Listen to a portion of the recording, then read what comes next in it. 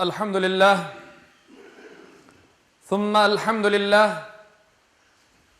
إن الحمد لله نحمده ونستعينه ونستغفره ونعوذ بالله من شرور أنفسنا ومن سيئات أعمالنا من يهده الله فلا مضل له ومن يضلل فلا هادي له نشهد أن لا إله إلا الله وحده لا شريك له ونشهد أن سيدنا وسندنا ومولانا محمدا عبده وحبيبه ورسوله أما بعد فيا عباد الله اتقوا الله واطيعوا إن الله مع الذين اتقوا والذين هم محسنون قال الله تعالى في محكم كتابه الكريم بسم الله الرحمن الرحيم وأن هذا صراطي مستقيما فاتبعوه ولا تتبعوا السبل فتفرق بكم عن سبيله ذلكم وصاكم به لعلكم تتقون صدق الله العظيم قال رسول الله صلى الله عليه وسلم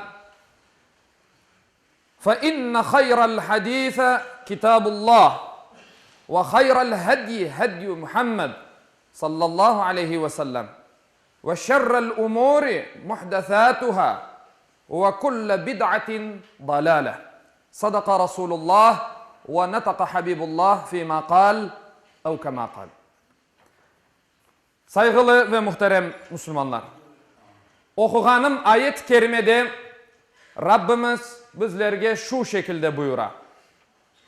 Şüphesiz bu benim dost doğru yolumdur. Buna uyunuz. Başka yollarga uymanız. Çünkü o yollar sizni Allah'ın yolundan ayırır. İşte sakınmanız için Allah sizge bularını emir etti. En'am suresi 153. ayet kerimesidir. Peygamber Efendimiz Muhammed sallallahu aleyhi ve sellem bizlerge bir hadis-i şerifinde ise şöyle buyurgandır.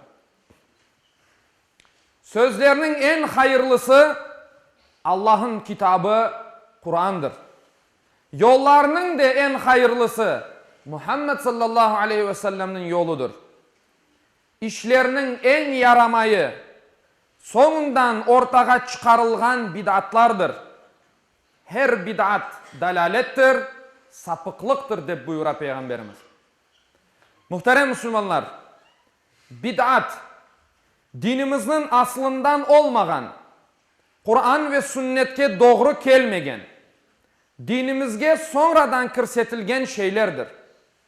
Başka bir ifadeyle Kur'an-ı Kerim'nin açık hükümlerini, sevimli Peygamberimizin sünnetini, ashabının, tabiinin ve İslam alimlerinin umumi fikirlerine bütünley zıt olgan, ters kelgen, İslam'a uymagan, sonundan uydurulgan faydasız inanç ve düşünceler demektir.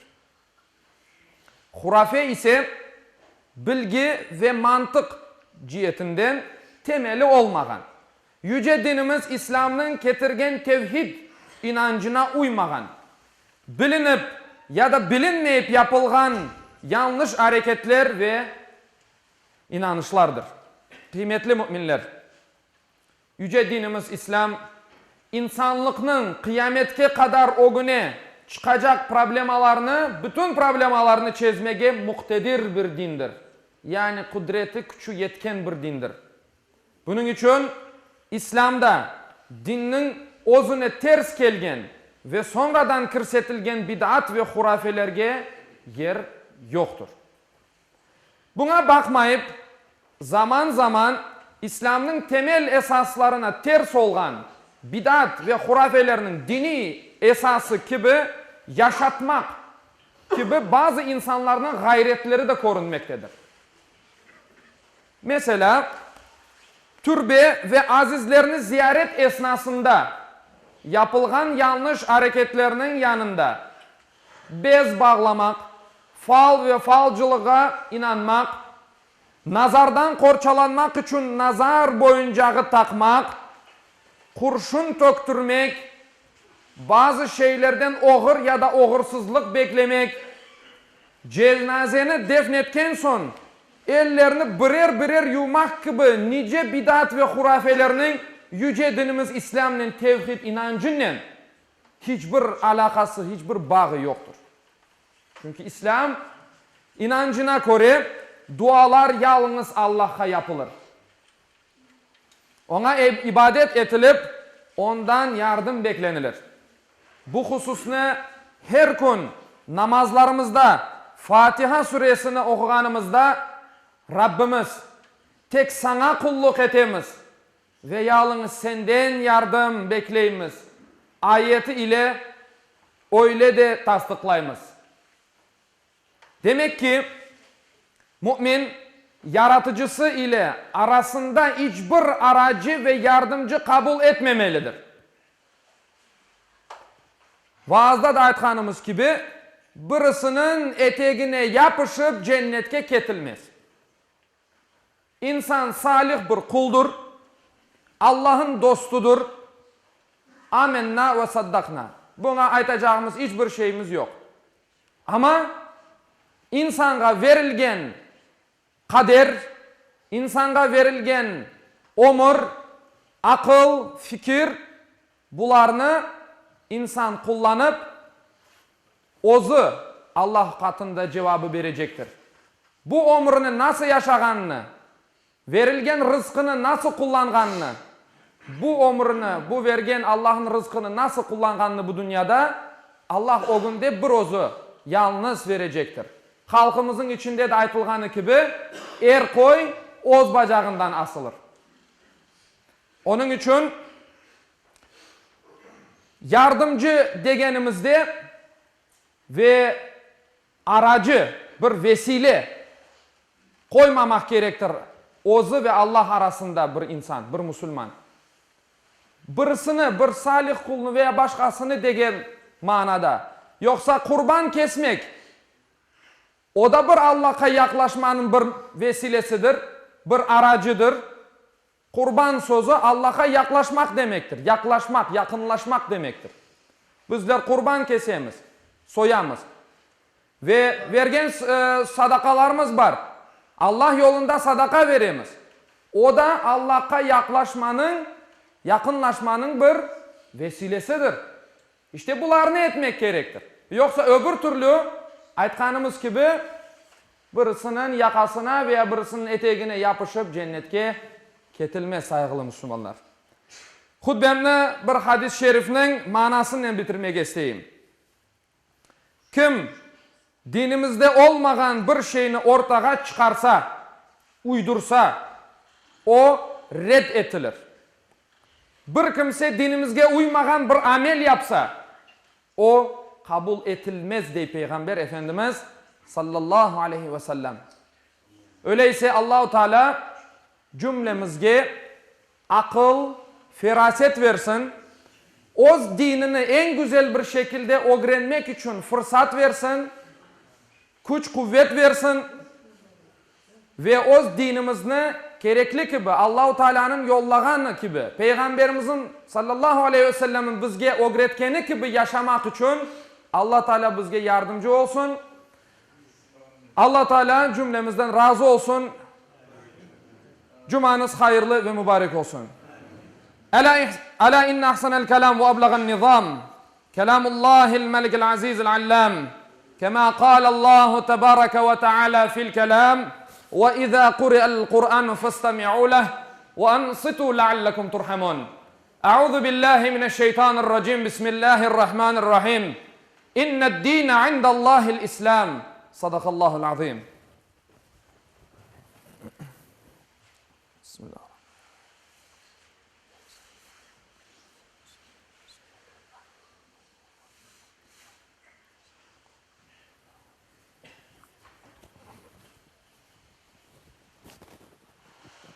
الحمد لله حمد الكاملين والصلاة والسلام على رسولنا محمد وعلى آله وصحبه أجمعين تعظيما لنبيه وتكريما لفخامة شان شرف صفيه فقال عز وجل من قائل مخبرا وآمرا إن الله وملائكته يصلون على النبي يا أيها الذين آمنوا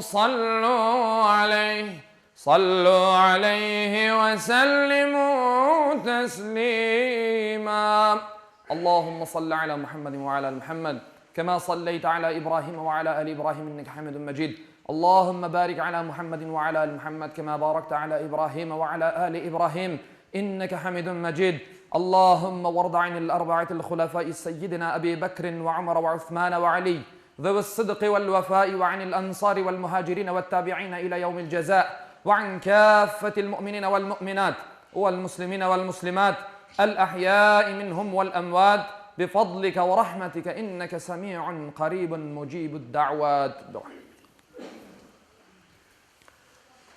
عباد الله إن الله يأمر بالعدل والإحسان وإيتاء ذي القربى وينهى عن الفحشاء والمنكر والبغي يعظكم لعلكم تذكرون ولذكر الله أكبر والله يعلم ما تصنعون. Okuğanım ayette Allah Teala buyura ki, şüphesiz Allah adaletni, yaxşılık yapmakni ve soy sopka yardım etmekni emir eter. Edepsizlik, fenalık, isyan etip zulüm etmekni de yasaklar. Düşünüp uymanız için sizlerge nasihat verir. Cumanız hayırlı mübarek olsun.